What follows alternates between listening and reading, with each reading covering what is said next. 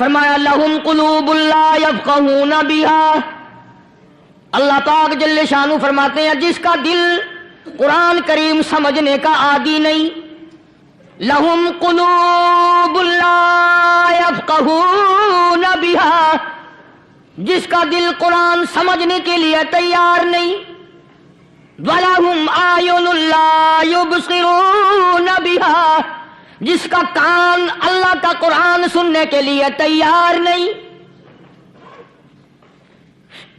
أَمْ لَهُمْ آذَانٌ لَا يَسْمَعُونَ بِهَا، أَمْ لَهُمْ آذَانٌ يَسْمَعُونَ بِهَا، جس کا کان خدا کا قرآن سننے کو تیار نہیں۔ خدائی فیصلہ سنو، اللہ کے قرآن کا فیصلہ سنو، اللہ کے کلام کا فیصلہ سنو، جس کا کان میرا کلام سننے کے لیے تیار نہیں، جس کو میرا قرآن سن کے مزہ نہیں آتا، جس کو میرا کلام سن کے حلاوت نہیں آتی، جس کو میرا کلام سن کے لذت نہیں آتی، جس کی روح تازی نہیں ہوتی، جس کو لطف نہیں آتا، جس کو کیف نہیں آتا، جس کو سرور نہیں آتا، جو میرا قرآن سننے کو تیار نہیں، جو میرا قرآن آنکھوں سے دیکھنے کو تیار نہیں، جو میرا قرآن سننے سمجھنے کے لیے تیار نہیں، آؤ پھر خدائی فیصلہ سنو، فرمایا اولئک کالانعام، میرا فیصلہ نہیں، کسی پارٹی کا فیصلہ نہیں، کسی فرقے کا نہیں، کسی طبقے کا نہیں، کسی جماعت کا نہیں، فرمایا اولئک الانعام، پیدا کرنے والا مالک و خالق کہتا ہے مجھے اپنی کبریائی کی قسم یہ سارے جانور ہیں، یہ سارے کے سارے جانور ہیں، یہ درندے ہیں جو ایک دوسرے کو چیر پاڑ کر کھاتے ہیں، یہ درندے ہیں جو ایک دوسرے کا خون پیتے ہیں، فرمایا بل ہم اضل، جانوروں سے بھی بدتر۔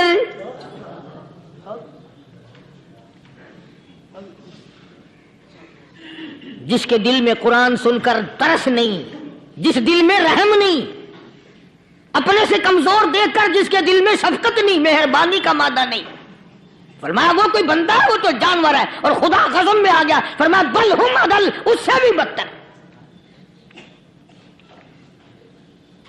اللہ والے جو ہیں وہ ان خصلتوں کو دور کراتے ہیں، اور وہ آدمی کے مزاج اور دل میں سے ایسی چیزیں نکالتے ہیں جو اس کی بربادی کا ذریعہ بنتا ہے۔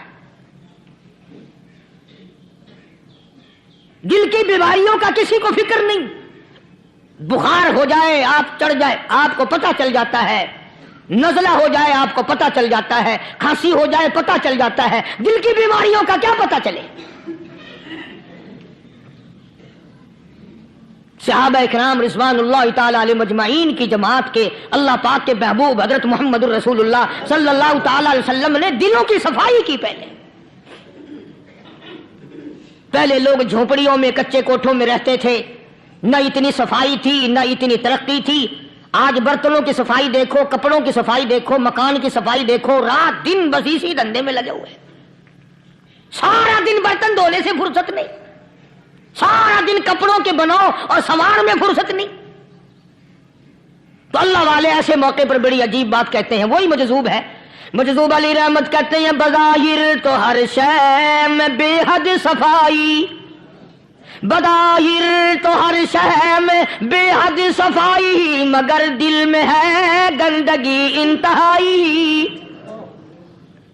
بظاہر تو ہر شے میں چہرے کی صفائی، بدن کی صفائی، نہ جانے کتنی قسم کا صابن ہے، نہ جانے کتنی قسم کے پاؤڈر ہیں، نہ جانے کتنی قسم کے شیمپو ہیں، نہ جانے کتنی قسم کے کپڑے ہیں، کیا چال ڈھال ہے، کیا نئے نئے ڈیزائن ہے۔ مجذوب کہتا ہے سب کچھ دیکھ لیا، بظاہر تو ہر شے میں بے حد صفائی، مگر دل میں ہے گندگی انتہائی۔ جس یار کی بیٹھک میں بیٹھ کے کھانا کھایا، جس رشتہ دار کی بیٹھک میں بیٹھ کے کھانا کھایا، اسی کی بہن کو دیکھ کر آبرو پہ ڈاکہ ڈالنے کا پروگرام ہے۔ جس دوست کے گھر میں بیٹھ کے کھانا کھایا، اسی دوست کی بیوی کی عزت لوٹنے کا پروگرام ہے۔ پرانے زمانے میں اب بھی دلی جیسے شہر میں اگر دعوت کی جاتی ہے تو وہاں ایک تستری میں نمک آتا ہے سب سے پہلے. عرب میں بھی دستور تھا پرانے زمانے میں، اگر کوئی دعوت کرتا، کوئی تقریب کرتا، سب سے پہلے نمک آتا تھا. ایک ایک انگلی ہر شخص نمک چاٹتا تھا. کیا مطلب؟ جس نے نمک چاٹ لیا اب وہ نمک حرامی نہیں بنے گا. اس گھر میں چوری کرنا، اس گھر کی آبرو کا غلط تصور لانا، اس گھر کے مال میں خیانت کرنا وہ حرام سمجھتا تھا جس گھر کا میں نے نمک چکھ لیا. اور مسلمانوں کی بات نہیں، ہندوؤں کی بھی یہ باتیں تھی. مولانا محمد علی صاحب جلندری سب قید رحمت اللہ علیہ فرمایا کرتے تھے کہ ایک سکھ تھا بہت بڑا ڈاکو، مسلمان اور ہندو مل کر اس کو ساتھ ملا کر کے لے گئے کہ یہاں اس گاؤں میں اس پنڈ میں ڈاکہ ڈالے.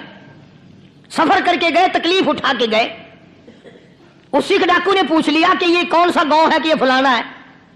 اچھا سارے کے سارے یہ تلاش کرو، یہ سوچ بچار کرو اپنے پنڈ کی، اپنے علاقے کی، کسی مسلمان کی، کسی ہندو کی، کسی سکھ کی، کسی چوڑے چمار کی اس گاؤں میں لڑکی تو نہیں. ہمارے یہاں سے کوئی لڑکی تو شادی ہو کے یہاں نہیں آئی ہوئی.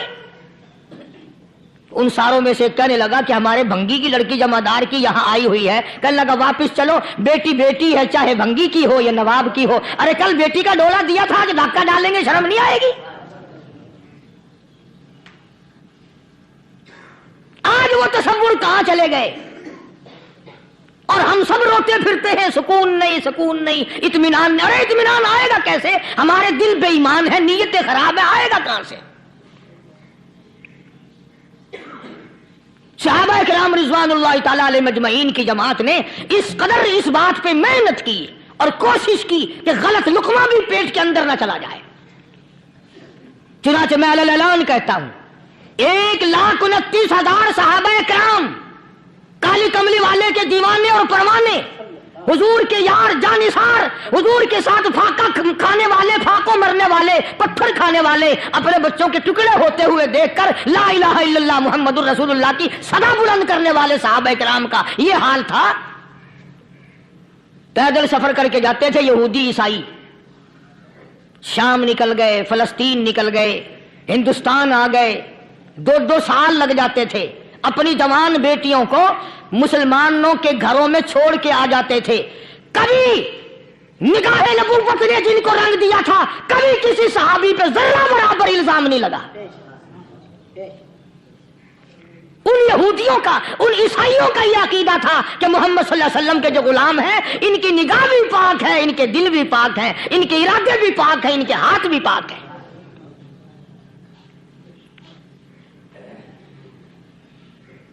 مصر کے گورنر نے، مصر کے جنرل کرنل نے خط لکھا سیدنا فاروق اعظم رضی اللہ تعالی عنہ کی خدمت میں.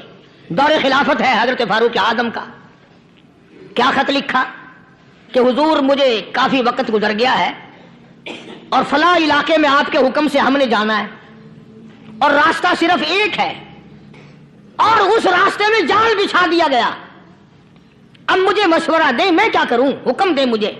جال کیا بچھا دیا گیا کہ ہمیں پتہ چل گیا ہے عیسائیوں نے پروگرام بنایا، سینکڑوں لڑکیاں تلاش کر کر کے بڑی خوبصورت حسینہ اکٹھی کی ہیں، ان کو گانے بجانے کی ٹریننگ دی ہے، ان کو اچھی اچھی آوازوں والی لڑکیاں ڈھونڈ کے لائے ہیں اور انہوں نے یہ پروگرام بنایا کہ جب مسلمانوں کی فوج اس گلی سے گزرے گی ان کوٹھوں کے اوپر چڑھ کے گانا بجانا کریں گے تاکہ ان کے دل میں بدماشی آئے اور ان کا بیڑا غرق ہو. کبھی کافر کا یہ عقیدہ تھا کہ مسلمان کا دل بگڑا تو یہ گیا، اس کی نیت میں خرابی آئی اور یہ تباہ ہوا. جناب فاروق اعظم رضی اللہ تعالیٰ عنہ نے اسے یہ خط نہیں لکھا کہ تو قرآن پڑھا کر، تو نفل پڑھا کر. امیر المومنین خلیفۃ المسلمین سیدنا فاروق اعظم رضی اللہ تعالیٰ عنہ نے اپنے جنرل کرنل کو خط لکھا کہ اس میں لمبی چوڑی فکر کی کوئی بات نہیں، اس میں کوئی پریشانی والی بات نہیں، کوئی سوچو بچار والی بات نہیں. سارے تیری فوج میں، تیری کمان میں مسلمان ہیں، سب کو اکٹھا کر لے، ساروں کو اکٹھا کر کے قرآن کریم کے سورت نور کی 2 آیتیں سنا دے.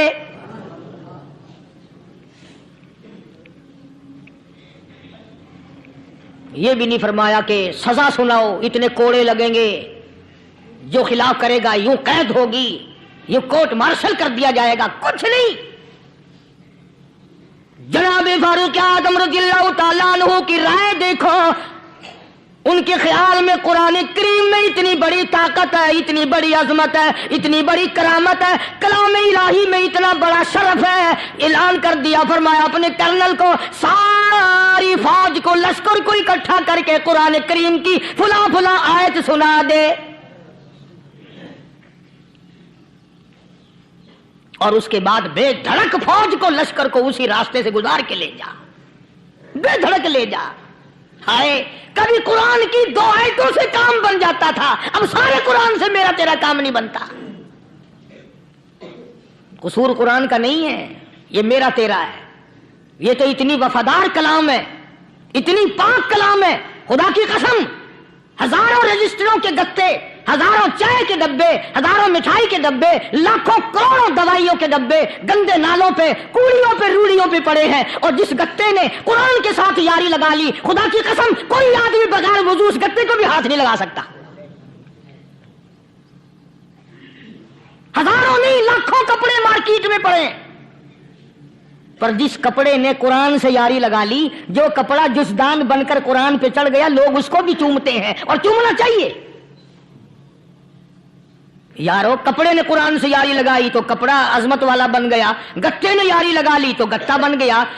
ہزاروں قسم کے کاغذات روزانہ ذلیل ہوتے پھرتے ہیں، جس کاغذ پہ قرآن لکھا گیا وہ عظمت پا گیا، جس سیاہی سے قرآن لکھا گیا وہ سیاہی عظمت والی بن گئی۔ ارے اگر مسلمان قرآن کو اپنے اندر پیدا کر لے، اس کی عظمت کو بسا لے، اس کو اپنا لاہ عمل بنا لے، اس کو اپنے سر پہ رکھ لے، تو کیا یہ بندہ قرآن کے ساتھ وفاداری کرے تو قرآن کیا خیال ہے، قرآن بے وفائی کر دے گا؟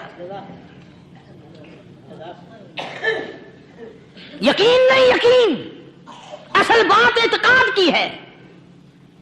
یقین کا تو یہ عالم بنا ہوا ہے کہ اگر کوئی چوری کا معاملہ ہو جائے اور کسی پر شبہ ہو، اگر اسے کہو کہ قرآن اٹھا دے تو دیر نہیں لگائے گا، اور اگر کہے کہ فلانی خانگاہ کا کنڈا مار دیا کہ یہ کام میں نہیں کرتا۔ خانگاہ کے کنڈے پہ ایمان ہے، قرآن پہ ایمان نہیں۔ اس پر یقین ہے کہ پیر اندھا کر دے گا، اور یہاں یقین نہیں کہ جس خدا نے پیدا کیا اگر میں نے جھوٹا قرآن اٹھایا تو وہ برباد کر دے گا۔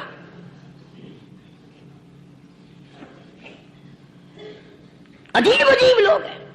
چنانچہ مصر کے کرنل نے، مصر کے جنرل نے ساری فوج کو اکٹھا کر لیا۔ اس نے بھی یہ بات تو نہیں کہی کہ فاروق اعظم کو دوبارہ خط لکھتا کہ حضرت یہ تو 2 آیتیں آپ نے لکھی، یہ تو سارا قرآن روز پڑھتے ہیں، پر بنے گا کیا؟ جیسے فاروق اعظم کا یقین تھا، فاروق اعظم کی فوج کے کرنل کا بھی یقین ہے، فاروق اعظم کے فوج کے جنرل کا بھی یقین ہے۔ اس نے ساری فوج کو اکٹھا کیا، لشکر کو جمع کیا، اور اس کے بعد کہنے لگا قل للمؤمنین یغضوا من ابصارکم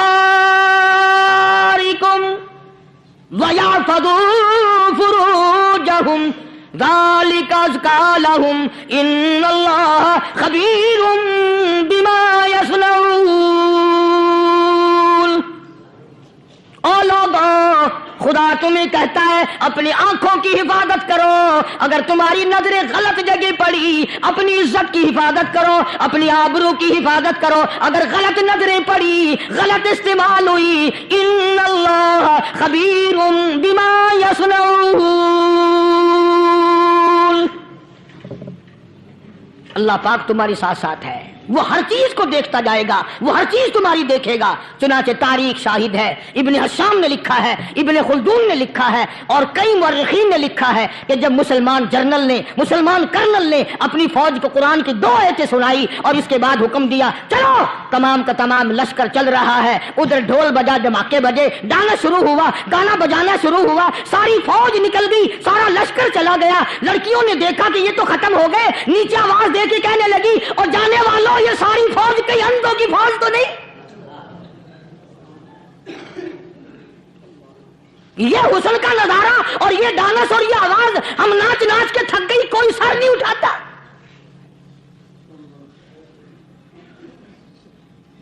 اور آج دیکھ لیں آپ، ہر گھر کے اوپر وہ لگا ہوا ہے ایریل، لعنت کا ایریل لگا ہوا ہے، لعنت کا ایریل۔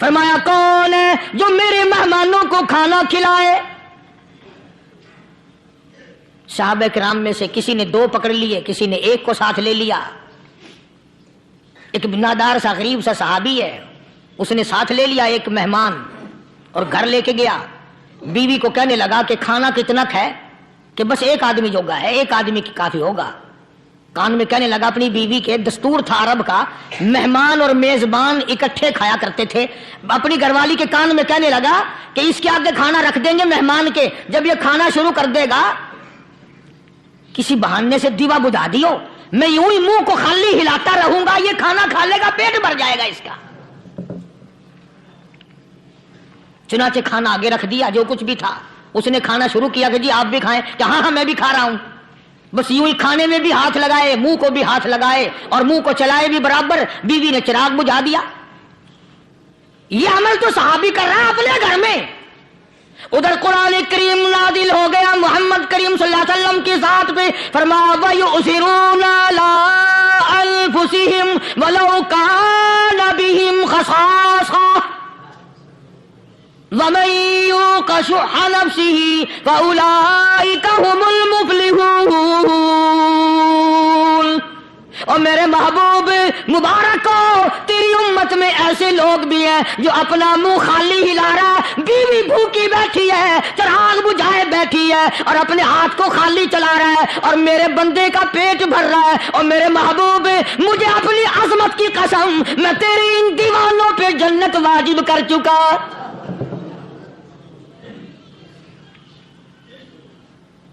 اب حضور صلی اللہ علیہ وسلم نے تو ان کو نہیں سکھایا تھا کہ تو جا کے ایسا کرنا، قدرتی مزاج ایسا بنا دیا تھا۔ ایک اور موقع ہے مدینے پاک میں، جنگی قیدی اور جگہ سے اسی طرح سے آئے۔ ایک صحابی ایک اور آدمی کو، جنگی قیدی کو کافر میں گھر لے گیا۔ بیوی کہنے لگی کہ 1 ہی آدمی کا کھانا ہے بس، انہوں نے کہا اس کو دے دو۔ وہ کافر جنگی قیدی کہنے لگا جی آپ بھی کھائیں، کہنے لگا بھی بات ہے صاف، 1 آدمی کا کھانا ہے، تو کھانا کھا، میں درخت کے پتے چبا لیتا ہوں۔ وہ کہنے لگا میں کھاؤں گا پتے۔ انہوں نے کہا تو رئیس آدمی ہے مکے کا، میں پرانا غریب ہوں، مجھے پتے چبانے کی عادت ہے، تیرے پیٹ میں درد نہ ہو جائے، میں عادی ہوں پتے چبانے کا۔ اس نے پتے چبا لیے۔ کافر مسافر اور مہمان جو تھا جنگی قیدی، اس کو کھانا کھلا دیا۔ دوسرے دن پھر ایسی نوبت آئی، اس نے کہا آپ بھی میرے ساتھ کھانا کھائیں گے؟ کہ نہیں بھائی تو کھا، میں پتے چبانے کا عادی ہوں۔ 2 دن تو اس کافر نے کھانا کھا لیا، اور جب تیسرے دن اس کے آگے کھانا آیا، انہوں نے کہا بھائی تو ہی کھا، بس اتنا ہی کھانا ہے، میں تو میاں بیوی ہم تو پتے چبا لیں گے۔ اور کہنے لگا مدینے والوں، تم خود پتے چباتے ہو، دشمنوں کو کھانا کھلاتے ہو، آج میری بھی ایک شرط ہے، پہلے کلمہ پڑھا پھر کھانا کھلا۔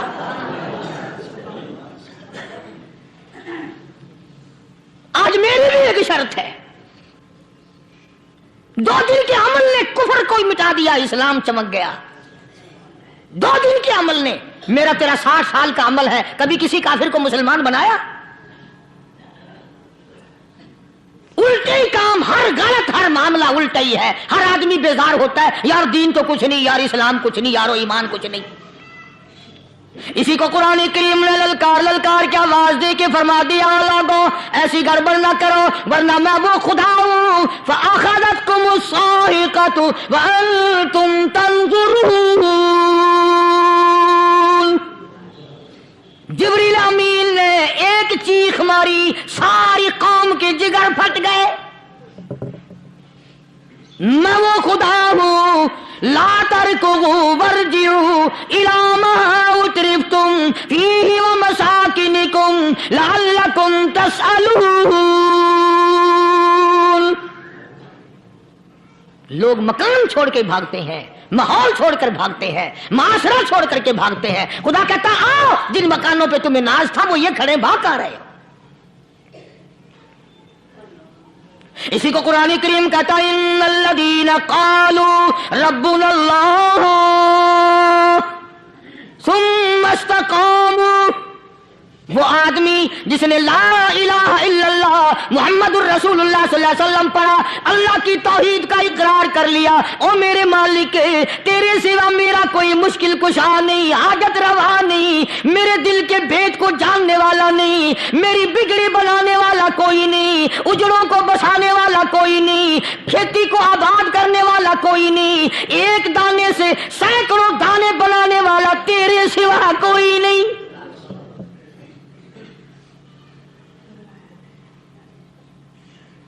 کھیتوں میں جاؤ، کبھی یہ تو سوچو کہ دنیا میں حکومتوں نے کتنے مل لگا رکھے ہیں، چینی کے شکر کے کتنے مل ہیں، کتنے ڈیپو ہیں، پھر بھی قلت ہو جاتی ہے۔ اور یہ اللہ میاں نے کتنا میٹھا کیلے میں، سنترے میں، مالٹے میں، انگور میں، سیب میں، کبھی یہ بھی سنا کہ اللہ میاں کا شوگر مل فلاں علاقے میں لگا ہوا ہے؟ کبھی یہ تو دیکھو کہ یہ قدرت کاملہ کے سوا اور کون پیدا کر رہا ہے؟ فرمایا جس نے اللہ کی توحید کا اقرار کر لیا، محمد عربی صلی اللہ علیہ وسلم کی ختم نبوت کا اقرار کر لیا، خدا کے بعد خدا کوئی نہیں، مصطفیٰ کے بعد نبی کوئی نہیں۔ پھر قرآن نے شرط لگائی ثم استقاموا، پھر اس پر جمع رہے، ڈٹا رہے، یوں نہیں کہ کبھی ادھر لڑک گیا کبھی ادھر لڑک گیا۔ لوگ تو بدل جاتے ہیں، لوگوں کا کیا ہے؟ پچھلے سال کی بات ہے، یہی مغرب کی نماز کے بعد گرمی کے موسم میں یہاں بیٹھا ہوا تھا باہر، آگے شہر کے وہ آدمی وہ کہنے لگے جی ایک کام آئے ہیں۔ میں نے کہا کیا؟ کہ 25,000 روپے چوری ہو گیا ہمارا، بتاؤ ہمیں۔ میں نے کہا مجھے کیا پتا؟ انہوں نے کہا نہیں سارا شہر کہتا ہے کہ قاری نہیں بتا دیتا ہے۔ میں نے کہا اچھا یہ یوں نہیں جانے کا؟ میں نے کہا پھر آدھے لوں گا۔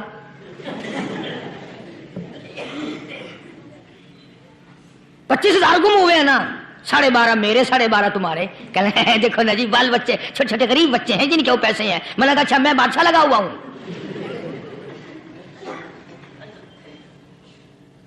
انہوں نے کہا جی سودا مہنگا۔ میں نے کہا پھر کہیں اور چلے جاؤ۔ کتنا میں نے سمجھایا نہیں ماننا کہ اگر ہمیں یوں پتہ چل جائے مولویوں کو ولیوں کو تو پھر یہ لاکھوں کروڑوں پولیس والے رکھنے کی ضرورت ہے بھلا؟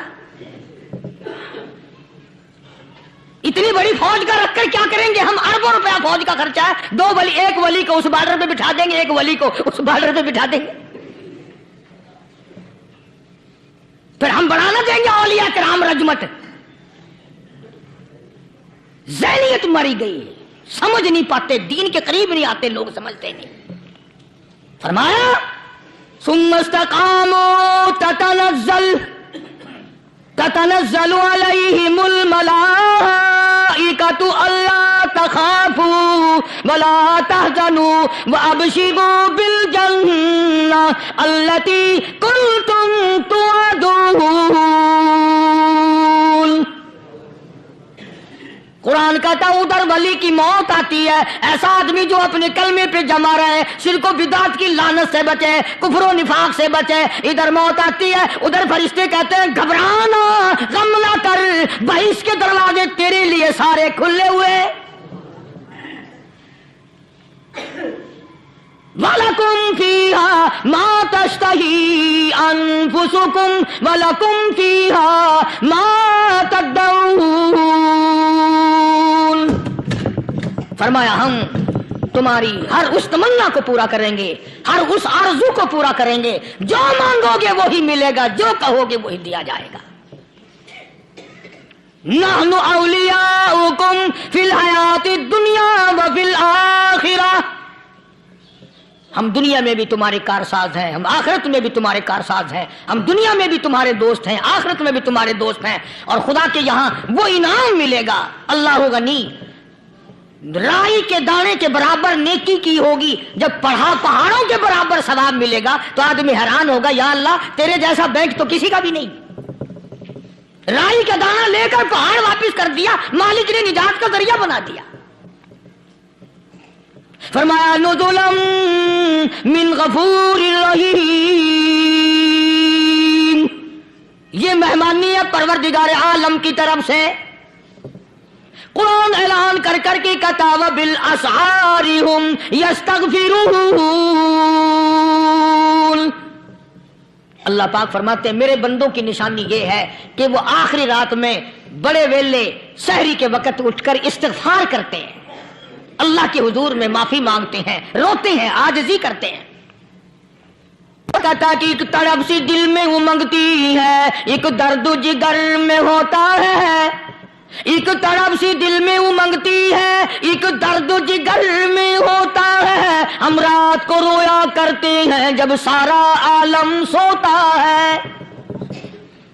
سب لوگ سوئے ہوئے ہوں اور اللہ کا دروازہ کھٹکھٹا، اندھیرے میں مالک کائنات کے سامنے جھولی پھیلا، اپنی بگڑی کا سوال کر، اپنی مشکلات اس مالک کے سامنے پیش کر جو سارے جہان کا خالق و مالک ہے۔ عقیدہ بھی بناؤ، اعمال بھی بدلو، مزاج بدلو، طبیعتوں میں انقلاب لاؤ، اور لوگوں ان گھروں کو مسلمانوں والے گھر بناؤ۔ تم برا مان کے جاؤ یا بھلا مان کے جاؤ، میں اپنے عقیدے کی بات کو چھپاتا نہیں۔ جس گھر میں کوئی مرد عورت قرآن کے کھولنے والا نہیں، میں اس گھر کو مسلمان کا گھر نہیں کہتا، وہ چوڑے اور کرار اور سکھ کا گھر ہے۔ تمہیں یہ سکھایا کس نے ہے کہ مرنے کے بعد قرآن پڑھا جاتا ہے اور ساری زندگی میں نہیں پڑھا جاتا؟ یہ قرآن مردوں کے لیے تھوڑی آیا، یہ زندوں کے لیے آیا ہے۔ حدیث پاک میں آتا ہے حضور کریم سب کہہ دو صلی اللہ علیہ وسلم نے فرمایا عیسیٰ علیہ الصلوۃ والسلام ایک قبرستان سے گزرے، گورستان سے گزرے تو ایک قبر کو دیکھا، وہ نبی ایسا تھا، اس کے معجزات ایسے تھے، قبر میں دیکھا تو ایک بڑھیا جل رہی ہے، سڑ رہی ہے، تباہ ہو رہی ہے، رو رہی ہے۔ تو عیسیٰ علیہ الصلوۃ والسلام پناہ کر کے وہاں سے گزر گئے۔ چند دنوں کے بعد جو اسی قبر کے پاس سے گزرے تو عیسیٰ علیہ السلام کو دھیان آیا کہ اس قبر میں ایک بڑھیا بڑی عذاب بھگت رہی تھی، مگر اس دن جو دیکھا وہ تو عیش میں بیٹھی ہے، تخت میں بیٹھی آرام کر رہی ہے۔ سیدنا عیسیٰ علیہ الصلوۃ والسلام نے اللہ پاک سے سوال کر دیا، الہی مرنے کے بعد تو آدمی کوئی نیکی بھی نہیں کر سکتا، اس نے کیا کر لیا جو اس کا سارا نظام بدل گیا؟ آواز آئی، اے عیسیٰ لکھ کے لے جاؤ یہ بات، حضور کا فرمان ہے۔ فرمایا اے عیسیٰ، اس مائی کے چھوٹے سے پوتے نے استاد کے پاس جا کر کے پڑھا بسم اللہ الرحمن الرحیم، اس ننھے سے منہ سے، چھوٹے سے منہ سے جب یہ لفظ نکلا، اے اللہ تو بڑا مہربان ہے، تو بڑا کریم ہے۔ عیسیٰ چھوٹے سے منہ سے جب نکلا، وہ تو معصوم تھا، اس کے منہ سے جب نکلا نا کہ میں بڑا مہربان ہوں، میں نے اس معصوم بچے کے صدقے میں اس کی دادی پہ کرم کر دیا۔ اس کے نام میں بڑی برکتیں ہیں، اس اللہ کا نام لینے میں بڑی برکتیں ہیں۔ گڑ میں مٹھاس ہے، اللہ کے نام میں مٹھاس نہیں۔ ٹافیوں میں مٹھاس ہے، اللہ کے نام میں مٹھاس نہیں۔ تم نے چکھ کے نہیں دیکھا، اگر تم چکھ لو خدا کی قسم دنیا کی کوئی چیز اچھی نہ لگے اللہ کے نام کے مقابلے میں۔ اللہ پاک مجھے اور آپ سب کو اپنا نام لینے کی توفیق عطا فرمائے، اپنے قرآن کی تلاوت کرنے کی توفیق عطا فرمائے، اور اپنا ذکر اور اپنا فکر اور اپنے شکر کی توفیق عطا فرمائے، اور اللہ پاک ہم سب کو یہ ہمت دے کہ مرتے دم تک ہم قرآن سے یاری کریں، قرآن سے وفاداری کریں۔ وآخر دعوانا ان الحمدللہ رب العالمین۔ پچھلے جمعے کی بڑی شاندار کیسٹ جو آپ لوگ خود سن کے گئے تھے، اور بھی سب کیسٹیں ہیں، بڑی اعلیٰ درجے کی اولیاء کرام کی جو بھی بیمار ہے یا اللہ سب کے دکھوں کو دور فرما دے، یا اللہ اپنے محبوب صلی اللہ علیہ وسلم کے صدقے میں سب کی تکلیفوں کو دور فرما، سب کی پریشانیوں کو دور فرما، سب کی نیک تمناؤں کو پورا فرما۔ یہ جتنے مرد عورت آئے بیٹھے ہیں یا اللہ ان کو قدم قدم پہ نیکیاں اور قبولیت عطا فرما، یا اللہ سب کے کاروبار میں، سب کی فصل میں برکت عطا فرما، یا اللہ سب کی نیکیوں کو اتنا بڑھا کہ ہمارے لیے ذریعہ نجات بن جائیں۔ یا اللہ ہم سب کے والدین کی مغفرت فرما۔ میرے حاجی صاحب کے لیے بھی دعا کرو جس کا یہ سارا بٹا لگایا ہوا، اللہ تعالیٰ اس کی قبر کو جنت کا باغ بنائے۔ میری والدہ کے لیے بھی، سب کے والدین کے لیے دعا کرو یا اللہ سب کی قبروں کو جنت کا باغ بنائے۔ جس کے عزیز رشتہ دار، اہلیہ، بھائی، بھتیجے، خاندان کے لوگ، وسیب کے لوگ جتنے بھی قبروں میں چلے گئے یا اللہ سب کی مغفرت فرما، سب کے گناہوں کو معاف فرما، یا اللہ سب کو اعلی علیین میں جگہ عطا فرما۔